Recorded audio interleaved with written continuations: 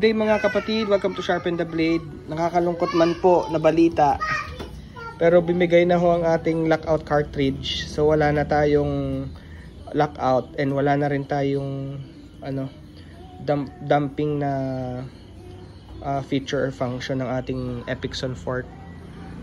Bumigay ng baho pala ng oil nito, hindi ko alam, feeling ko ito yung stock niyang oil. Sobrang baho.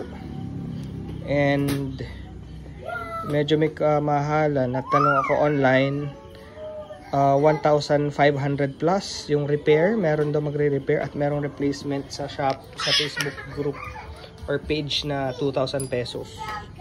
So yan, binaklas natin, in-explore natin yung mga laman, pero dito beyond na to ng powers natin. Ito yung yes, nak. Ito yung part number ng knockout ng Epixon.